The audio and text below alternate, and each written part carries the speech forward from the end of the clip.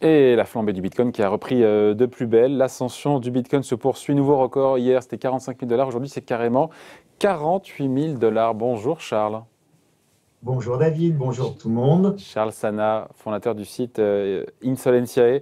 La raison de cette nouvelle ascension, c'est Tesla qui dit avoir investi carrément ses propres liquidités à hauteur d'1,5 milliard de dollars, ce qui n'est pas rien. Je crois qu'ils ont 15 ou 20 milliards de liquidités dans le Bitcoin. Et qui prévoit aussi d'accepter, on pourra payer voilà, sa Tesla avec des Bitcoins bientôt. C'est une marque de confiance quand même tout ça. Est-ce que Tesla, là pour le coup, donne du crédit à la crypto, hein? Alors, je ne sais pas si Tesla donne du crédit à la crypto. Bah Tout si, un d'abord, peu. il faut noter que le cours du Bitcoin a augmenté après que Tesla ait annoncé en avoir acheté. Ce n'est pas les achats de Tesla qui ont fait augmenter significativement le cours du Bitcoin, c'est l'information comme quoi Tesla avait acheté du Bitcoin qui a fait augmenter le cours Et du donc, Bitcoin. ça Donc on traduit voit bien, quoi? on voit l'effet spéculatif d'une annonce mais qui n'est pas un effet lié à des achats eux-mêmes, hein. C'est l'annonce qui Pourtant, l'achat est tout de suscite même d'1,5 milliard, de hein. nouveaux achats.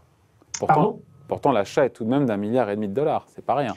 Mais il était dans les cours, si vous voulez, il avait déjà été fait, hein. Là, c'était une annonce par rapport aux documents qui ont été vus au niveau des autorités de marché, la SEC aux États-Unis. Et donc, en fouillant dans les documents, on s'est rendu compte qu'effectivement, Tesla avait déjà acheté pour 1,5 milliard.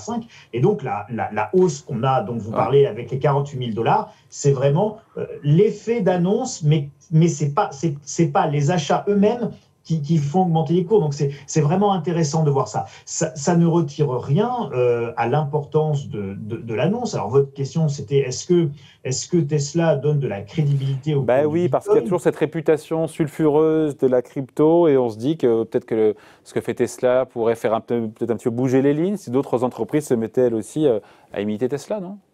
Alors, David, vous et moi, nous avons connu une autre époque. Nous sommes, regardez, moi j'ai déjà la barbe blanche, et puis on est poussé par plein de générations de jeunes qui, évidemment, poussent les générations de plus anciennes. Et donc, ces générations de jeunes, elles font bouger les lignes. Mais pourquoi je vous dis ça? Parce que, souvenez-vous, quand on était plus jeune, parfois, on pouvait rentrer chez certains concessionnaires et sortir une mallette de billets, je parle des années 80, pour acheter une voiture.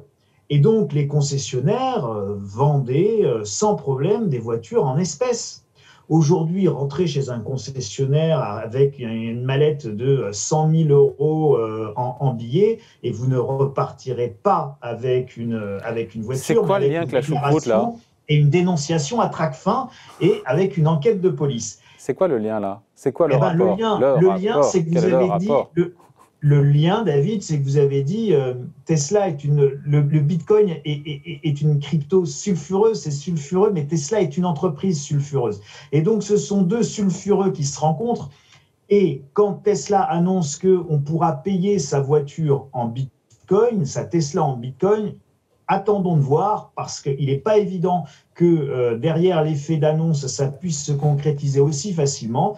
Et je vous renvoie aux déclarations de Christine Lagarde et de plein d'autres autorités sur les cryptos qui servent à du blanchiment, qui servent à de la fraude fiscale, qui servent à ne pas déclarer ses revenus, etc., etc. Donc, évidemment, si vous pouvez commencer à acheter une voiture à 100 000 $ par des bitcoins, c'est effectivement très intéressant pour les détenteurs de bitcoins, mais ça va commencer à devenir un véritable problème pour les autorités monétaires et pour les autorités fiscales des pays.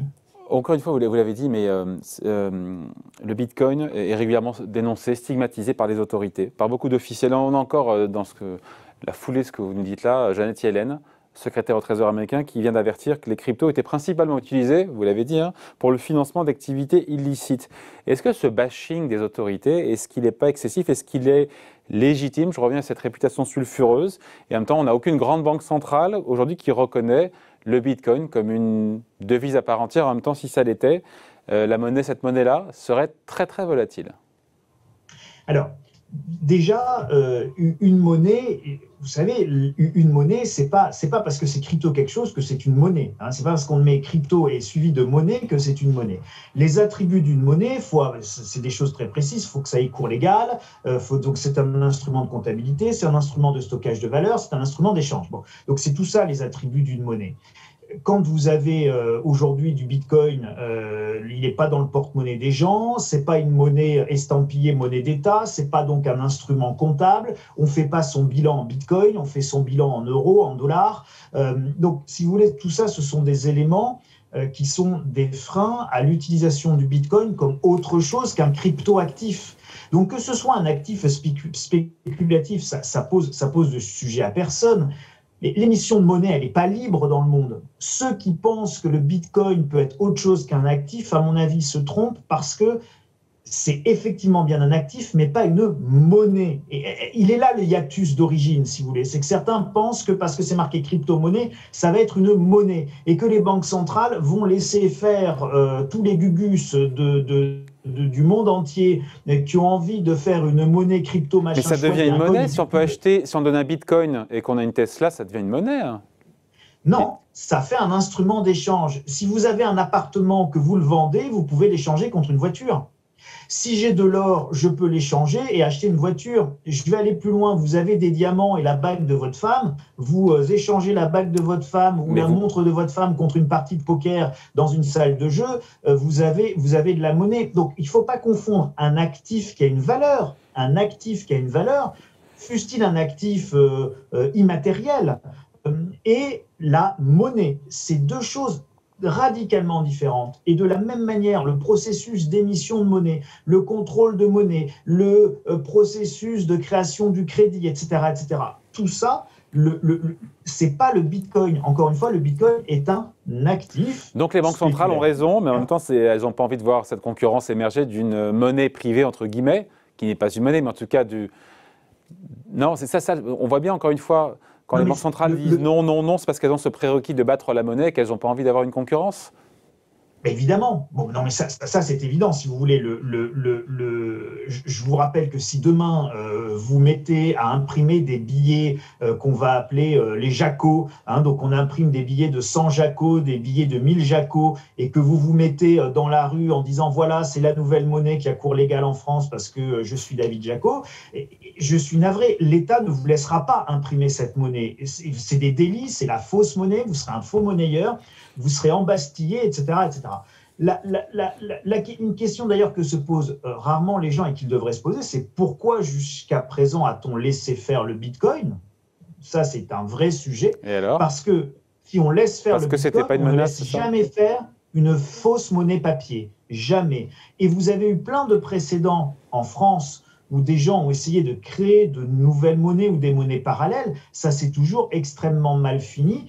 Il y a simplement eu des tentatives qui ont été effectivement autorisées de ce qu'on appelle des monnaies locales, à condition qu'elles soient extrêmement encadrées. Voilà, c'est extrêmement encadré, c'est dans un monde associatif, c'est quasiment... on va assimiler ça à du miles d'Air France ou à des points de la carte Wahoo d'Auchan, quoi. Bon, mais c'est pas, ça ne peut pas être considéré comme des monnaies ayant cours légal.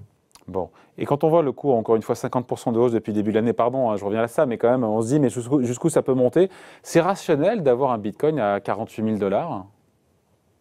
Je ne sais pas si c'est rationnel, David. En tout cas, ça vaut 48 000 $. Alors, encore une fois, les générations à la barbe blanche comme nous, ça peut sembler irrationnel. La réalité, c'est que vous avez encore fondamentalement, c'est une question d'offre et de demande. Là-dessus, sur le Bitcoin, on est sur un crypto-actif immatériel, mais qui est régi par l'offre et la demande. L'offre, elle est extrêmement limitée, tout le monde a bien compris. D'ailleurs, c'est l'un des seuls intérêts du Bitcoin, c'est son offre limitée. C'est ce qui fait, c'est donc sa rareté faisant sa valeur.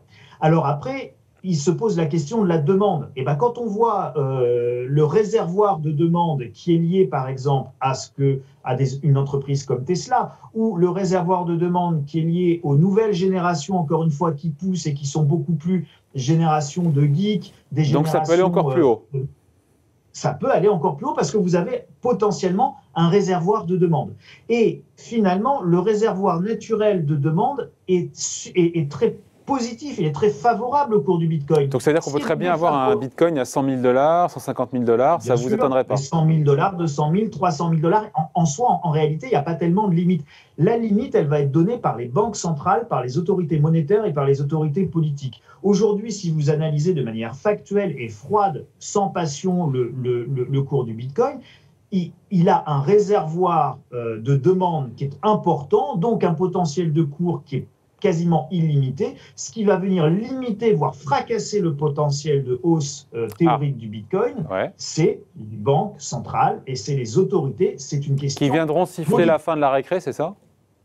Absolument. Et c'est ce qu'a dit la BRI, Augustin Carstens, le patron de la BRI, qui est la Banque des règlements internationaux. Il a dit, le Bitcoin, ça peut valoir zéro très brutalement. Ben oui, un coup de sifflet, terminé, c'est verboten interdit au niveau mondial. Maintenant, on remplace ça par les CBDC, les crypto-monnaies de banque centrale, et point, terminé, fin de la récréation. Tout le monde rentre au bercail. Vous ne pouvez pas, et vous savez, il y a des signaux faibles qui sont très importants de signaler et de montrer à nos téléspectateurs, c'est que vous ne pouvez pas avoir une lutte acharnée contre le blanchiment, une lutte acharnée contre le financement du terrorisme par les États, une mise en place d'une cohérence de partage d'informations entre les différents États et croire que l'émergence de crypto-monnaies de banques centrales qui sont en train d'arriver et penser raisonnablement qu'on va pouvoir continuer à faire du black virtuel avec des crypto-monnaies. Oui, mais c'est pas seulement ça le projet des cryptos, pardon, et on finit là-dessus, parce qu'après on pourrait en parler des heures, mais il y a un projet politique, philosophique, de société aussi derrière ça. Et puis la blockchain, c'est absolument exceptionnel aussi. C'est très beau, c'est pas le souci, c'est très beau.